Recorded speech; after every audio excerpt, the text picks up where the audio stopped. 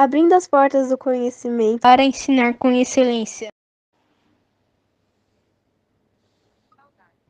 Shalom Adonai, evangelista de crianças, tudo bem com vocês?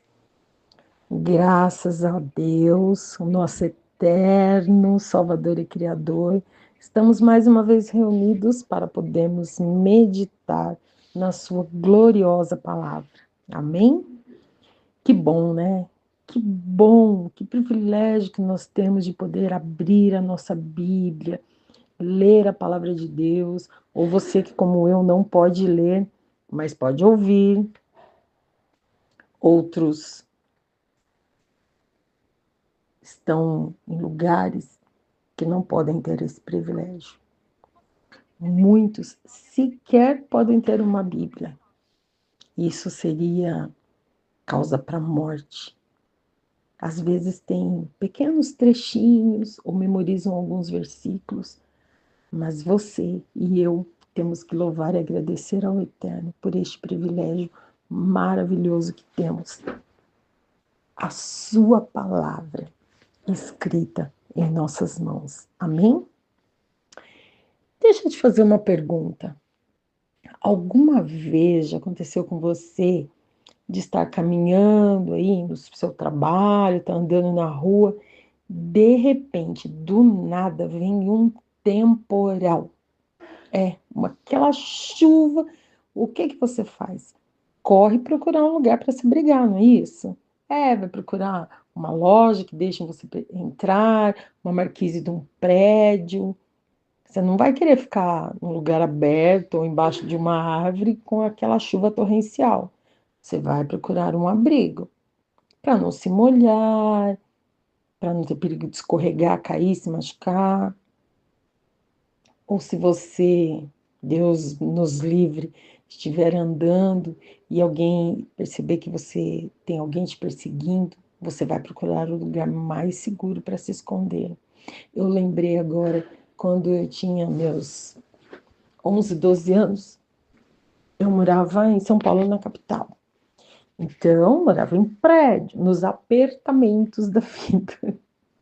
Um dia, minha vizinha, nós crescemos juntas, ela chamou para ir na casa dela. E o meu prédio ficava do lado do que ela morava. Então nós descemos, e quando a gente desceu, sabe quando você vê uma pessoa assim, dá um aperto no coração? Aí ela interfonou para a mãe dela abriu a porta, né? Nós entramos, aquele homem entrou, ele pôs a mão assim na porta e entrou atrás da gente. Tinha 2 lances de escada até chegar no elevador. A gente correu muito e apertava o elevador nunca que chegava. E ele subindo devagar os degraus, porque ele sabia que a gente não tinha para onde correr. E essa minha amiga morava no 8º andar. Se estivesse no prédio que eu morava no 2º andar. Era mais fácil. Gente, nós subimos 8 andares, correndo, degrau por degrau. Até hoje, se você me perguntar como é que chegamos no 8º andar, correndo, e aquele homem andando atrás da gente, falando que ia nos pegar, e a gente subia, e ninguém, em todos os andares, do 1º ao 7º andar que a gente subiu, ninguém abriu a porta para saber o que estava acontecendo, ou abrir a porta para a gente entrar, nos socorrer, não. Nós subimos, quando nós chegamos no 8º andar, que estava terminando os últimos lances de escada para chegar no andar que ela morava, ela gritava, mãe, abre a porta, abre a porta. A mãe dela abriu a porta, a gente entrou, ela fechou a porta, o homem bateu as 2 mãos assim na porta do apartamento. A gente só caiu no chão e chorava. Aí a mãe dela chamou a polícia, tudo. Foi uma experiência horrível. Mas tinha um lugar para a gente se esconder. Alguém ouviu o nosso pedido de socorro, abriu a porta. Se a mãe dela não estivesse em casa, se fosse ela que tivesse que colocar a chave na porta, abrir para a gente entrar, talvez eles tivessem nos alcançado. Mas alguém ouviu, porque ela chamou a pessoa certa. Mãe! E ela abriu a porta e nos escondeu. E nós ficamos seguras.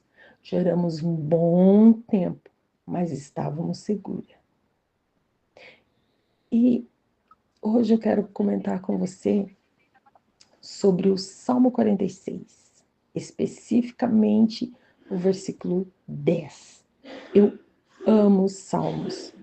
Você sabia que os salmos são canções? E não são todos os salmos que foram escritos por Davi. Tem salmos de Moisés, salmos de Asaf, salmos dos filhos de Corá. E o Salmo 46 foi escrito pelos filhos de Corá. Um dia a gente volta para falar sobre eles. E o Salmo 46 é lindo. Você já leu ele inteiro? É apenas 11 versículos, curtinho. É um salmo curtinho. E 3 vezes ali neste salmo você vê a palavra Selá. E a gente fica assim, o que será que é Selá? A Laura um dia estava lendo um outro salmo e tinha Selá, ela falou, vovó, não está escrito errado Selá? Não é será? Eu falei, não, é Selá. Para quem canta em coral ou toca numa banda, numa orquestra, sabe que sempre entre as estrofes ou no coro tem pausas. Este selá aí é pausa. Eles cantavam um parágrafo que para nós é do versículo 1º ao 3º, pausa. Reflete, mas você não pode ficar desapercebido quando você está tocando ou cantando, tem que prestar atenção. Porque às vezes alguém está fazendo outra voz, vai mudar o ritmo, aí entra outra parte. Do 4 ao 7, outra pausa. E do 8 ao 11 termina com outra pausa. E todo mundo conhece esse salmo, principalmente pelo versículo: Deus é o nosso refúgio e fortaleza, socorro bem presente na angústia. Quem nunca ouviu este versículo? Todos nós, ou através de pregação, ou num versículo, num quadrinho, em alguma vez, em algum lugar você já ouviu. Então, ele começa este salmo lindo dizendo que Deus é nossa proteção. Ele é refúgio. Sabe? Assim como eu e minha amiga precisamos correr e gritar pela mãe, aqui o Eterno te diz: refúgio e fortaleza. Você já viu uma fortaleza? Já teve oportunidade de vê-la de perto? Se não, dá um Google aí, olha. A fortaleza é altamente murada, cercada. Não se entra de qualquer jeito. Não entra qualquer pessoa. É um refúgio. E Deus diz para você nesta manhã: Deus é. Você sabe quem é o Deus que você serve? Refúgio, fortaleza, socorro. E diz que não é para temer. Não é para temer. Mesmo se te faltar o chão, mesmo se os montes saiam do lugar e vão lá para o meio do mar, não é para temer. Depois, lá no versículo 4, Deus está. É a presença de Deus em nosso meio. É a presença dele em todos os momentos, nos momentos de alegria, nos momentos de tristeza, nos momentos de guerras interiores, nos momentos de paz. Deus está. Ele está presente em você, dentro de você. É o Deus que você serve. Ou você acha que o Deus que você serve é pequeno, está longe, distante? Não, ele está presente em você. E quantas vezes vivemos guerras interiores, guerras na nossa mente, no nosso coração, aflições. Na Bíblia diz que nós teremos aflições, mas é para ter bom ânimo. Temos aflições.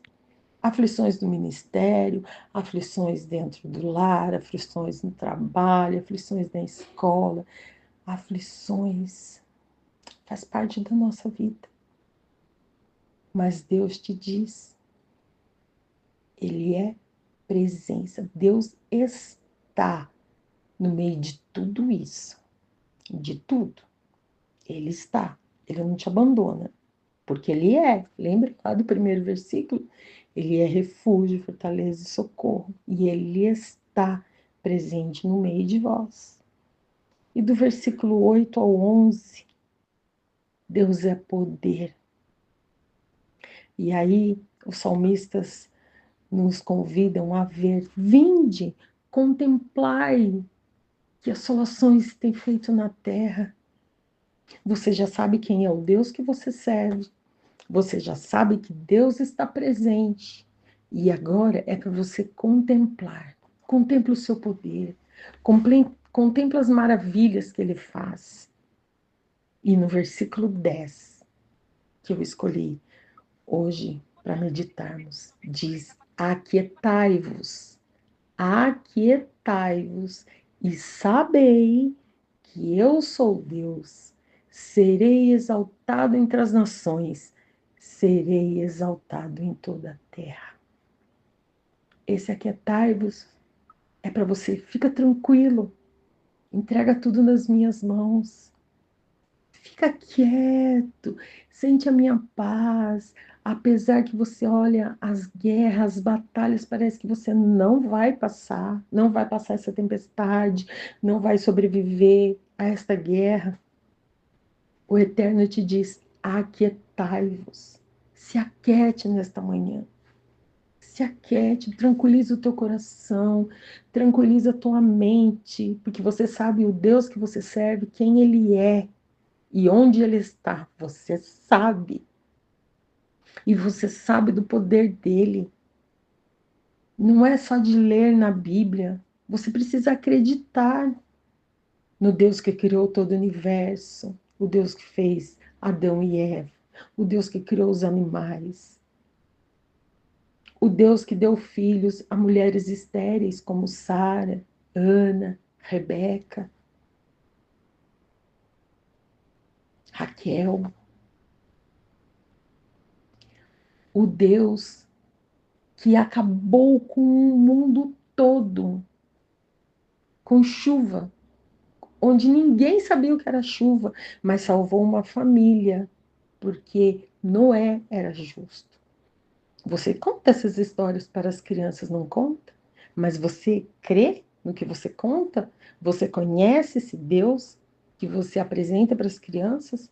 Você sabe onde está este Deus que você apresenta para as crianças? Você consegue contemplar o poder dele? É, porque se você não conseguir contemplar as maravilhas, a grandiosidade, o poder do nosso Deus, como você vai passar isso para as crianças? Como que as crianças vão sentir em você a verdade sobre este Deus? É responsabilidade. Deus maravilhoso. E o Deus que nos amou tão infinitamente que enviou o seu unigênito Filho para morrer por mim e por você na cruz do Calvário. Mas não acabou aí. Ele ressuscitou ao terceiro dia, está vivo, assentado à direita de Deus.